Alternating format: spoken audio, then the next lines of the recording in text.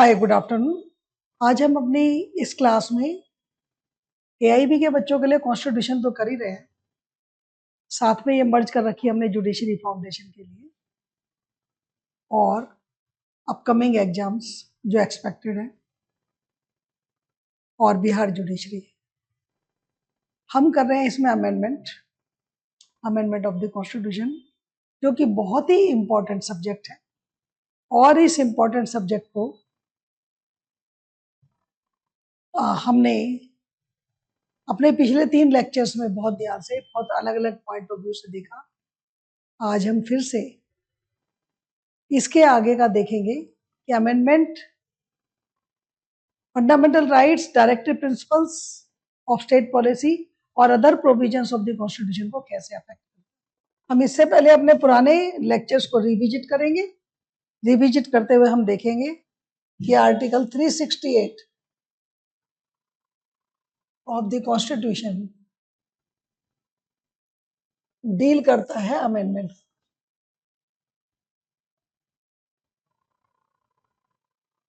हमने अब तक के अपने लेक्चर्स में बहुत सारे क्वेश्चंस के आंसर दे दिए। पहला क्वेश्चन था अमेंडमेंट है क्या, और ये आर्टिकल 368 में मिल जाएंगे सारे आंसर्स। What is amendment? तो to add, to vary and to repeal any provisions of the constitution, any provision of the constitution वो हम कहेंगे अमेंडमेंट।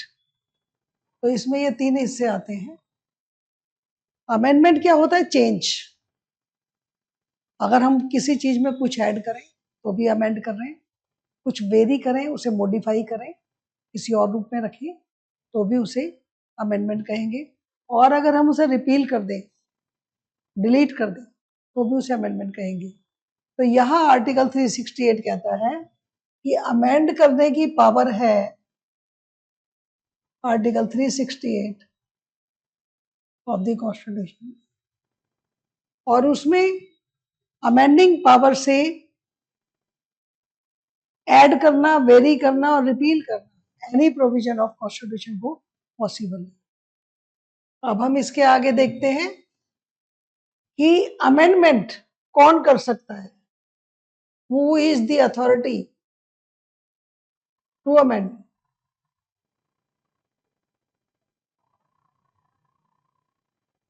कौन कर सकता है? तो हम पहले देखेंगे who is the maker. Who is the maker?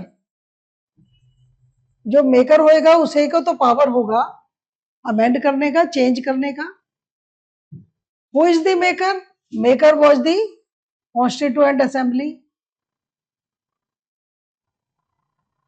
Constituent assembly कौन सी थी? हमने कॉन्स्टिट्यूशनल हिस्ट्री देखी, जो कि एक इलेक्टेड बॉडी थी, जो कैबिनेट मिशन में क्रिएट की गई थी, और ये 1946 यानी आजादी से पहले कॉन्स्टिट्यूट की गई थी। इसमें 296 सीट्स थी, जिसमें से 284 फिल की गई थी, फिल्ड, जिसमें 211 कांग्रेस की थी और 73 मुस्लिम लीग की थी, यानी ये हो गई 284। और 12 वैकेंसीज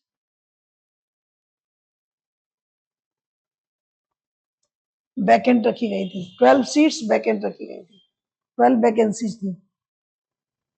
ये कॉन्स्टिट्यूशनल असेंबली कॉन्स्टिट्यूएंट असेंबली थी। कॉन्स्टिट्यूशन असेंबली ने इसको बनाया था, फ्रेम किया था। Who is the framer of the constitution?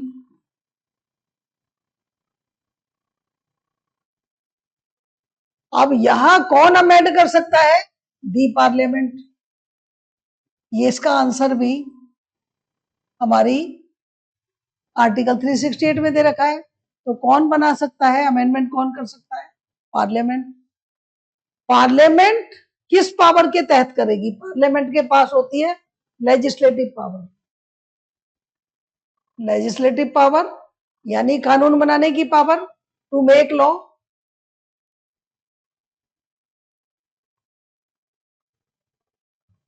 तो अमेंड ऑफ द कॉन्स्टिट्यूशन किस पावर में करेंगे? Constituent power. Constituent power. तो कौन सी पावर से अमेंड किया जा सकता है और कौन कर सकता है? पार्लियामेंट करेगी, कॉन्स्टिट्यूएंट पावर में करेगी। ये कॉन्स्टिट्यूएंट पावर 1971 में जोड़ी गई है, यानी कि आर्टिकल 368 में कॉन्स्टिट्यूएंट पावर पार्लियामेंट को नहीं मिली हुई थी 1971 से पहले। इसके बारे में हम आपको हिस्ट्री बता चुके। अब what is the procedure? Amend कैसे करेंगे? प्रोसीजर ऑफ द अमेंडमेंट, क्या मेथड है? क्या अमेंडमेंट लॉ की तरह ही होता है अमेंडमेंट? तो प्रोसीजर में हमने आपको बताया कि प्रोसीजर दो तरह का प्रोसीजर है। एक है जनरल प्रोसीजर, एक है स्पेसिफिक प्रोसीजर।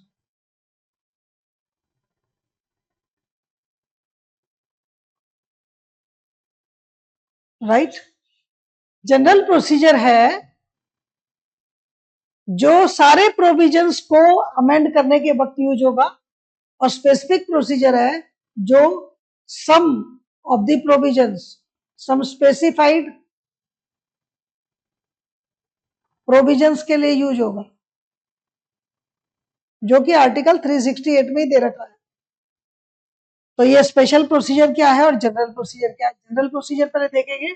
जनरल प्रोसीजर ये है कि अमेंडमेंट जो है वो बिल की तरह आएगा। बिल इंट्रोड्यूस होगा, टू इंट्रोड्यूस एज बिल। कहां पे होगा? In either of the two houses, either of the two houses, either of the two houses, यानी हम दोनों में से किसी भी हाउस में बिल को इंट्रोड्यूस कर सकते हैं। Either of the two houses का मतलब लोकसभा और राज्यसभा। राइट। बिल इंट्रोड्यूस होने के बाद बिल को पास होना होगा, टू बी पास्ड। कैसे? Simple majority. सिंपल मेजोरिटी क्या होती है जी? More than half of the total strength of membership of that house. किस हाउस में? जिस हाउस में गया है बिल। इसका मतलब क्या हुआ कि मान लीजिए लोकसभा में पेश हुआ है, तो उसमें टोटल मेंबर 545 है, तो आधा कितना हो गया? ग्रेटर देन 273, यानी कम से कम 273 आदमी अप्रूव करें उसे। This is called the simple majority. अब स्पेशल मेजोरिटी, स्पेशल मेजोरिटी क्या होती है? 2/3 present and voting, 2/3 present and voting से ज्यादा होना चाहिए, बराबर हो सकता है। 2/3 प्रेजेंट एंड वोटिंग का मतलब है, अगर मान लीजिए लोकसभा में 545 है, तो इसका 2/3 368। अगर ये सारे पूरे 545 अवेलेबल हैं, प्रेजेंट भी और वोट भी कर रहे हैं, अगर मान लीजिए कि 500 लोग अवेलेबल हैं प्रेजेंट एंड वोटिंग, 500 है और 500 ही वोट कर रहे हैं, तो 500 में 2/3 हो गया, तो ये हो गया 333, यानी कि 2/3 majority of present and voting members होना जरूरी है। यानी कि ये अमेंडमेंट के लिए हमें ये दोनों चीजें होनी जरूरी है। और ये दोनों चीजें दोनों हाउसेज में पास होंगी। जैसे ये 545 है, ऐसे ही राज्यसभा में 250 है, तो 250 का आधा हो गया, अब 125, कम से कम 125 पास करेंगे उसे। और 2/3 प्रेजेंट एंड वोटिंग, अगर 250 के 250 मौजूद है और 250 के 250 करते हैं तो उसका 2/3, तो 250 का 2/3 हुआ लगभग 160 के करीब, 162। अब special majority for the specific provisions, तो स्पेसिफिक प्रोविजंस हमने आपको बताए कि कुछ पर्टिकुलर चैप्टर्स और प्रोविजंस हैं जिन पर की स्पेशल मेजोरिटी भी चाहिए। ये क्या है? मोर than half of the total states. अब जैसे अभी हमारे पास 28 स्टेट्स हैं, तो कम से कम 14 स्टेट जो है उसे रेटिफाई करेंगे, रेटिफाइड बाय। तो ये हमारे अमेंडमेंट से रिलेटेड ये क्वेश्चंस हमने कर लिए अपने 3 लेक्चर्स में। आज हम करेंगे अमेंडमेंट का एक्सटेंट क्या है, what is the extent of amendment, कहां तक अमेंडमेंट कर सकते हो।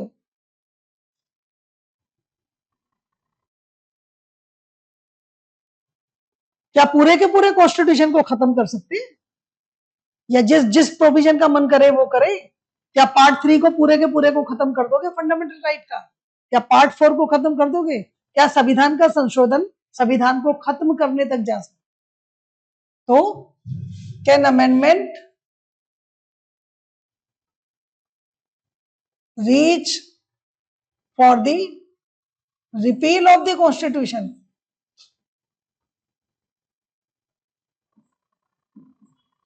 ये सवाल पिछले इलेक्शन में उठा था और इस पर क्वेश्चन भी आ सकता है। जो बच्चे एलएलबी में इस क्वेश्चन को अटेम्प्ट कर रहे हैं, या जो जुडिशरी में इस क्वेश्चन को अटेम्प्ट करेंगे, या जो सिविल सर्विसेज में लॉ वाले बच्चे, लॉ ऑप्शन वाले बच्चे इसको अटेम्प्ट करेंगे, ये क्वेश्चन आ सकता है कि क्या amending power of the constitution give power to repeal the constitution to the parliament by their constituent assembly power, constituent powers. तो ये बिग क्वेश्चन मार्क है। और हमने आपको पिछला आंसर दिया था कि अमेंडमेंट ऑफ द कॉन्स्टिट्यूशन की एक्सटेंट क्या है, क्या ये अनलिमिटेड है? जहां तक भी जाना हो, जो भी करना हो, मैं जिस मर्जी प्रोविजन को रिपील कर दूं, मेरी मर्जी, क्या ये पॉसिबल है? क्या parliament while amending the constitution can repeal the constitution और any part of the constitution, say part 3, part 4? Part 3 and part 4 एक स्पेशल एस्पेक्ट है जो अमेंडमेंट के साथ जुड़ा हुआ है, और इस पर भी क्वेश्चन खूब खुल के आता है, जुडिशरी में भी आता है, चाहे वो जुडिशरी का क्वेश्चन मेंस का हो, मेंस का डीजेस का हो, किसी भी जुडिशरी का लोअर लेवल पर हो या हायर लेवल पर हो, ये क्वेश्चन बहुत खुलकर आता है कि क्या पार्ट 3 और पार्ट 4 को अमेंड करके कुछ भी किया जा सकता, तोड़ा मरोड़ा जा सकता है?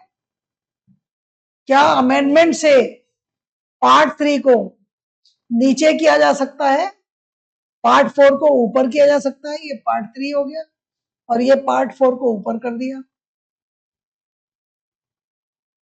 क्या पार्ट 4 हिट कर सकता है पार्ट 3 को, फंडामेंटल राइट को,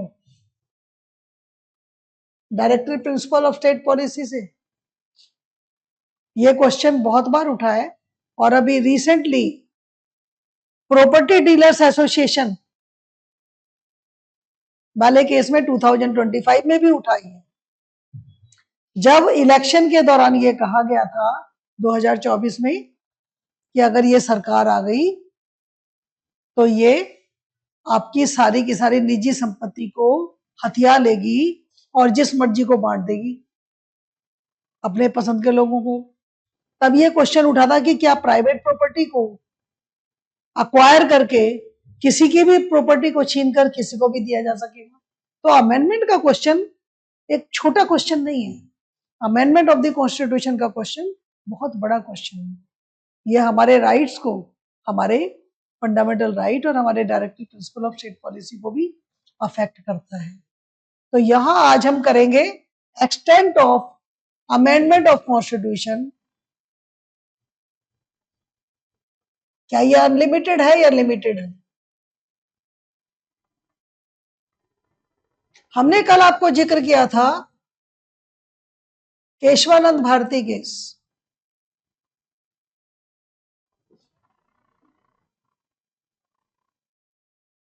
इसमें कहा गया था एनी प्रोविजन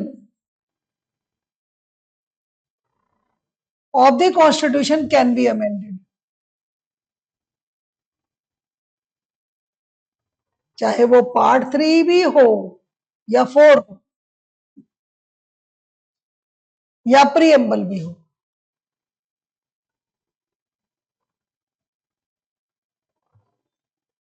लेकिन it is subject to basic structure, basic structure theory. तो कभी कभी ऐसा सवाल भी आ जाता है कि बेसिक स्ट्रक्चर थियरी क्या है और केशवानंद भारती में इसको कैसे डेवलप किया गया। इस पर एआईबी में क्वेश्चन आ चुका है और आ सकता है।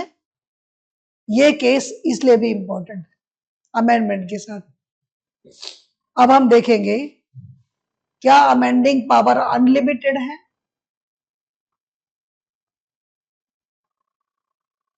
No.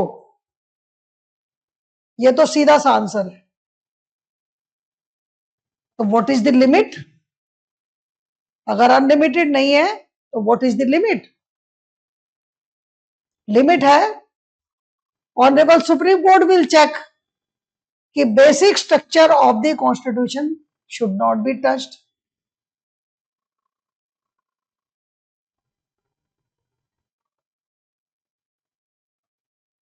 Should not be touched. आप कोई भी अमेंडमेंट करो किसी भी प्रोविजन का, लेकिन basic structure of the constitution touch नहीं होना चाहिए। अब बेसिक स्ट्रक्चर क्या है ये डिसाइड करेगा कौन? Honourable supreme court. तो बहुत सारी जजमेंट में ऑनरेबल सुप्रीम कोर्ट ने बेसिक स्ट्रक्चर को डिफाइन कर रखा है। What is basic structure of the constitution? कल मैंने एक एग्जाम्पल बताया था इंदिरा गांधी वर्सेस राजनारायण, ये वाला केस बताया था आपको। और आपको कहा भी था कि इसको मैंने इसकी आपको साइटेशन भी दी थी और कहा था कि आप इसको अपने घर में पढ़िए। इसमें क्या था? Election of prime minister Indira Gandhi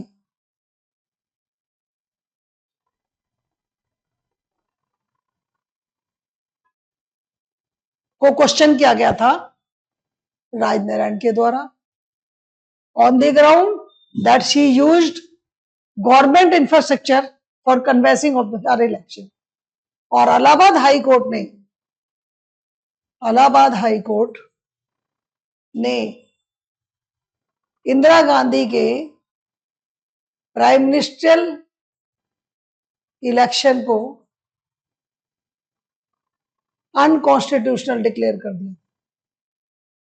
unconstitutional यानी कि उसके बाद वो प्राइम मिनिस्टर नहीं रह सकती। अनकॉन्स्टिट्यूशनल डिक्लेयर किया गया था और ये कहा गया था कि election of prime minister relating to democracy, कोई भी इलेक्शन किसी का भी, और democracy is a basic structure. और उन्होंने आर्टिकल 329A जो ऐड किया था उन्होंने 39th अमेंडमेंट से, पार्लियामेंट ने उसको स्ट्रक डाउन कर दिया था। Election of the prime minister can not be question in the court of law. इसे कहते हैं ousting of judicial review, ousting of judicial review.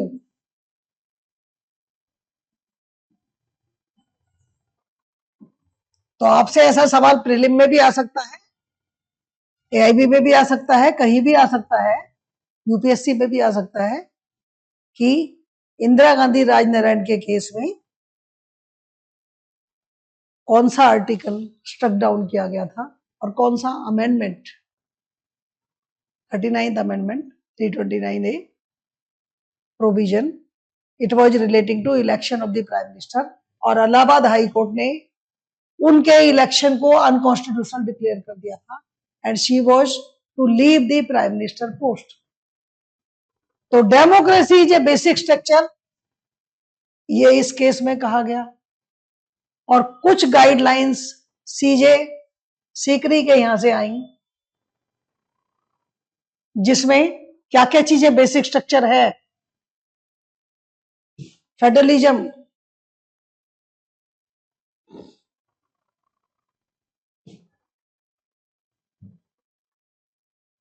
Separation of powers,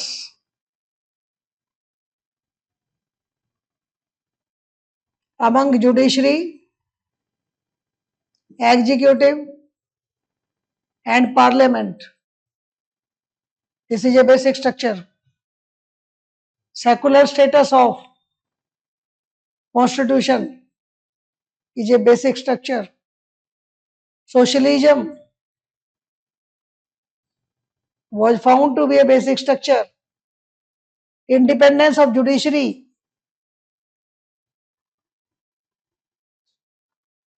is a basic structure. Basic structure theory itself is a basic structure.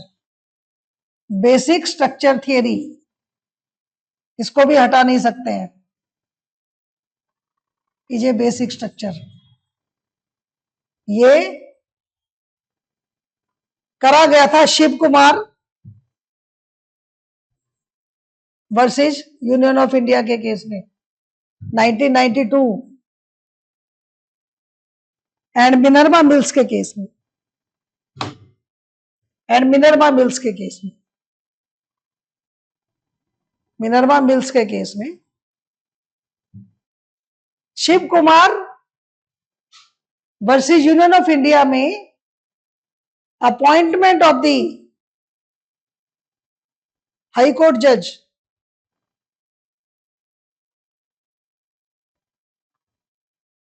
एक high court जज को की appointment को unconstitutional माना गया था। इंडिपेंडेंस ऑफ जुडिशरी का नाम कि ये बेसिक स्ट्रक्चर है, और कहा गया था कि unqualified person can not be appointed as high court जज। ऑनरेबल सुप्रीम कोर्ट ने, गवर्नमेंट अपॉइंटेड दैट जज and supreme court struck down that appointment on the ground of independence of judiciary, कि आप हमारी जुडिशरी के इंडिपेंडेंस को touch नहीं कर सकते, that is a basic structure. Minerva mills में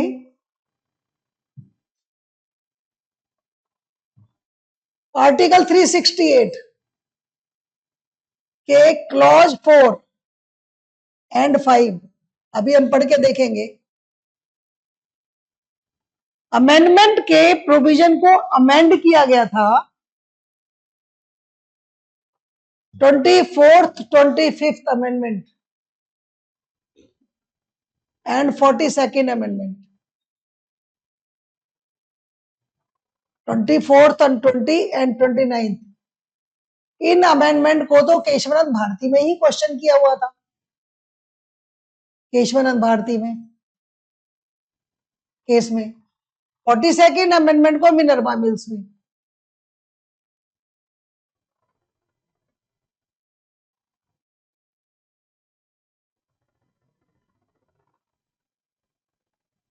इसमें 4th और 5th जो क्लॉजेज हैं अभी हम पढ़ के देखेंगे, इनमें कहा गया था ये फंडामेंटल राइट्स और directive principle of state policy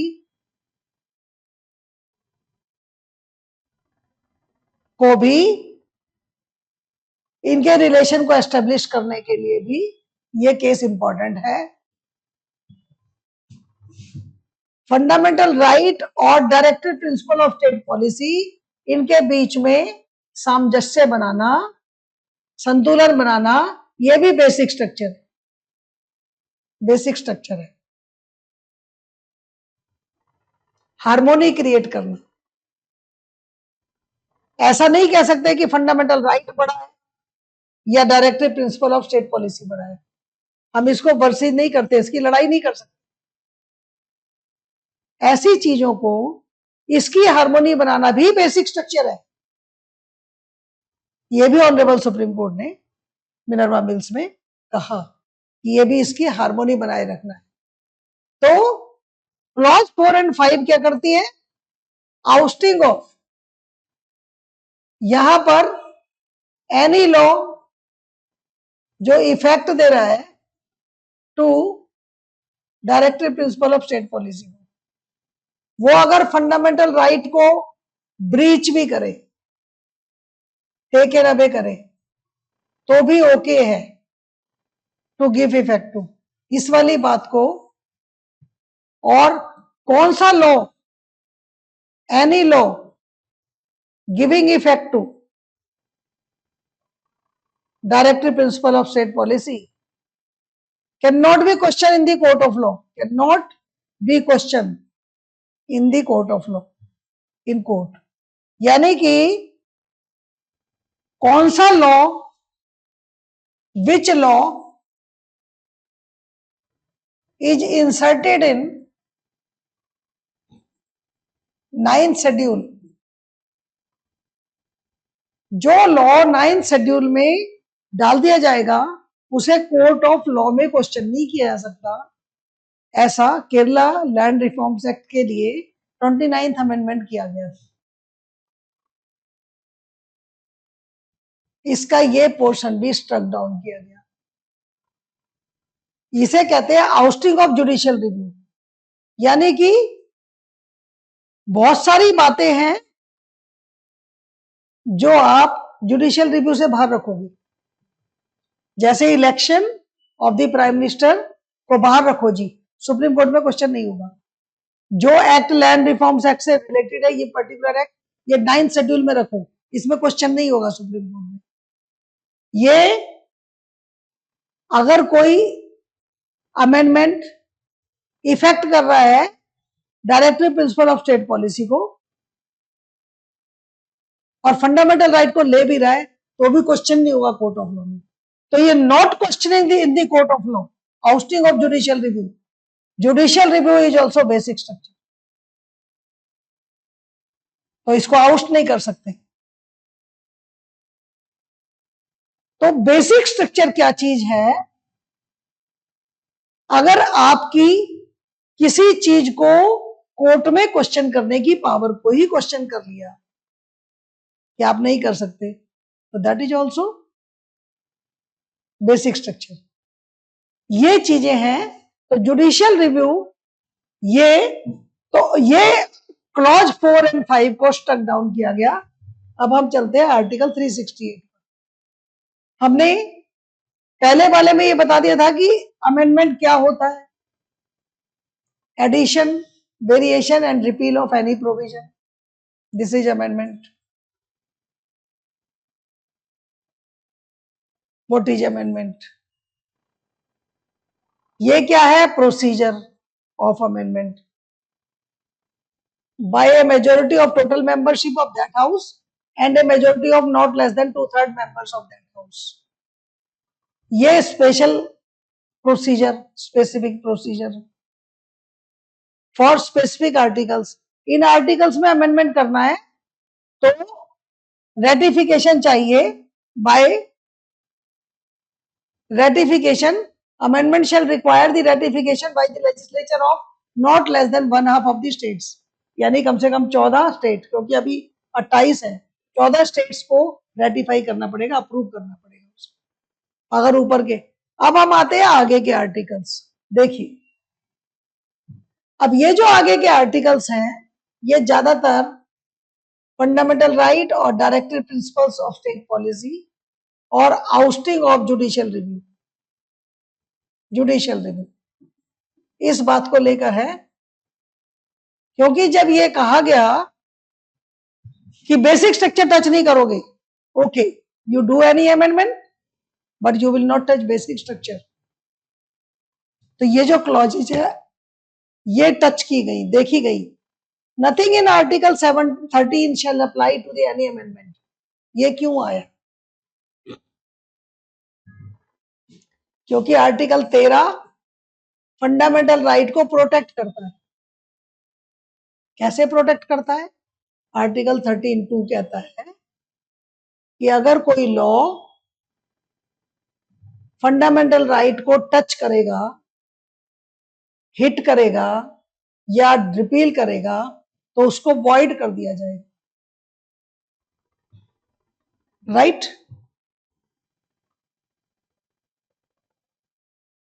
अब यहां लिख दिया nothing in article 13 shall apply to any amendment, मतलब फंडामेंटल राइट को कोई अमेंडमेंट अगर क्लियर कर देगा, रिपील कर देगा तो कोई बात नहीं।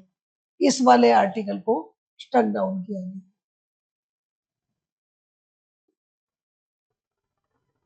कैसे? इसका कॉरेस्पॉन्डिंग आर्टिकल ये देखिए,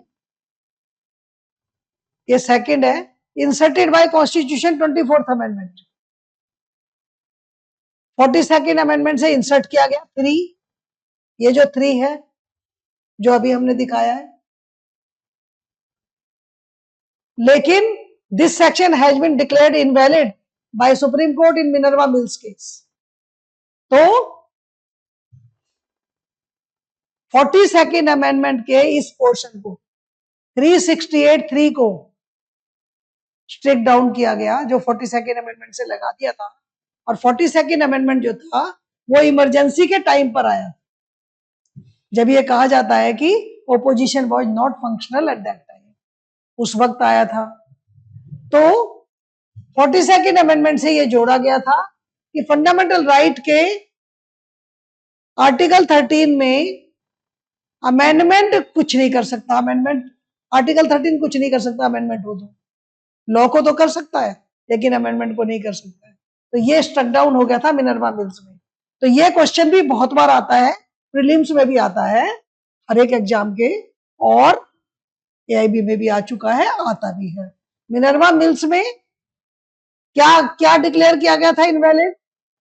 no amendment of this constitution including the provisions of part 3 made or purporting to have been made under article this after commencement of this shall be called in question in the court of law. Ousting of judicial review. कोई भी amendment जो इस constitution में इस part में किया जाएगा और पार्ट 3 के प्रोविजन से रिलेटेड होगा, उसको कोर्ट ऑफ लॉ में क्वेश्चन नहीं किया जाएगा। आर्टिकल 13 में तो छुएगा नहीं, लेकिन कोर्ट ऑफ लॉ में क्वेश्चन नहीं होगा। इस बात को मिनर्वा मिल्स ने स्ट्रक डाउन कर दिया। तो इसमें मिनर्वा मिल्स के बाद ये वाला पोर्शन खत्म हो गया, यानी कि फंडामेंटल राइट पार्ट 3 के अंदर अगर कोई भी अमेंडमेंट किया जाएगा तो उसको कोर्ट ऑफ लॉ में क्वेश्चन किया जा सकता है, और कोर्ट ये देखेगा कि बेसिक स्ट्रक्चर को तो टच नहीं कर रहा है। अब आते हैं 5 पर। फॉर द रिमूवल ऑफ डाइट्स, ये it is hereby declared that there shall be no limitation whatever on the constituent power of parliament to amend। ये जो कहा गया था कि पार्लियामेंट पूरे कॉन्स्टिट्यूशन को रिपील कर सकती है, खत्म कर सकती है, ये इस क्लॉज के थ्रू किया गया था, and this was 42nd amendment.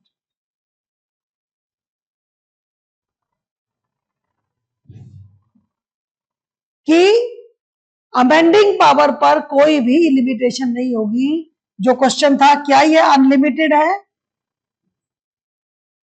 क्या अमेंडिंग पावर जो है, अमेंडिंग पावर जो कॉन्स्टिट्यूएंट पावर है, कॉन्स्टिट्यूएंट पावर ऑफ पार्लियामेंट, क्या ये अनलिमिटेड है तो ये वाली क्लॉज को भी स्ट्रक डाउन कर दिया गया मिनर्वा मिल्स के केस। तो ये सवाल आपको डेफिनेटली आ सकता है कि मिनर्वा मिल्स के केस में ये जो क्लॉजेज हैं, इन क्लॉजेज को ऑनरेबल सुप्रीम कोर्ट ने स्क्रूटनी करके बेसिक स्ट्रक्चर थियरी पर स्ट्रक डाउन, यानी कि फंडामेंटल राइट यानी पार्ट 3 के किसी प्रोविजन को अगर अमेंडमेंट टच करेगा तो वो कोर्ट ये चेक करेगा कि क्या ये बेसिक स्ट्रक्चर थियरी को टच तो नहीं करता है। जैसे कि अभी प्रॉपर्टी डीलर्स वाले केस में 2025 में यह डिसाइड किया गया कि क्या निजी प्रॉपर्टी को अक्वायर कर सकती है गवर्नमेंट।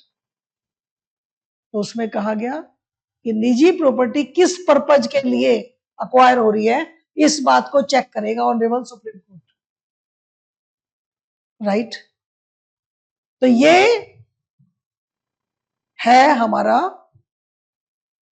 कॉन्स्टिट्यूशन का अमेंडिंग पावर्स, अमेंडिंग वाला चैप्टर। तो यहां पर हम ये खत्म हो जाता है और ये आ जाती है नेक्स्ट चैप्टर।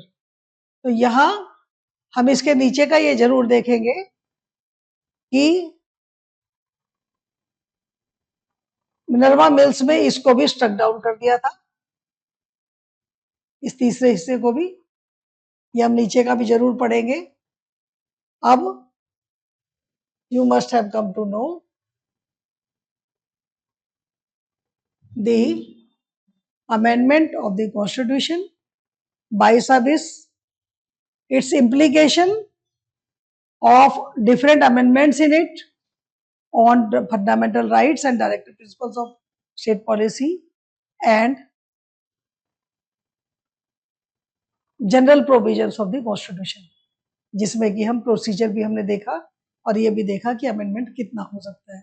तो अमेंडमेंट कंक्लूजन ये है कि amendment constituent power of the parliament द्वारा होगा। अमेंडमेंट के थ्रू किसी भी क्लॉज को अमेंड कर सकते हैं, ऐड कर सकते हैं, वेरी कर सकते हैं और उसे रिपील कर सकते हैं। कुछ पर्टिकुलर प्रोसीजर अडॉप्ट करना पड़ेगा जनरल अमेंडमेंट के लिए, कुछ स्पेसिफिक स्पेशल प्रोसीजर अडॉप्ट करना पड़ेगा in addition to previous one for specific provisions. Amendment करते हुए 13 के अंदर लॉ को तो वॉइड डिक्लेयर कर सकते हैं लेकिन अमेंडमेंट को नहीं कर सकते।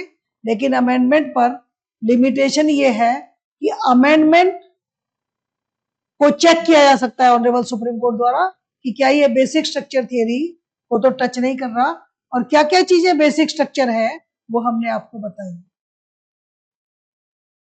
मिनर्वा मिल्स में जुडिशियल रिव्यू को बाहर करना यानी कि कोर्ट में क्वेश्चन नहीं हो सकता, ऐसी बात को स्ट्रक डाउन कर दिया गया है आर्टिकल 368 के क्लॉज 4 एंड 5 में। तो this is the complete story about amendment of the constitution.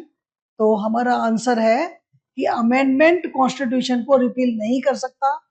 कोई भी सरकार कितनी भी मेजोरिटी आ जाए, 400 पार क्या 545 भी आ जाए उसकी सीटें, तो भी वो कॉन्स्टिट्यूशन को खत्म नहीं कर सकते, क्योंकि constitution by way of amendment constitution को खत्म नहीं कर सकता, क्योंकि कॉन्स्टिट्यूशन की supremacy is basic structure and honourable supreme court is sitting as the watchdog to check whether this amendment is okay or not. It is okay with basic structure theory or not. With this, I close my lecture for today and lecture for amendment matter. Thank you.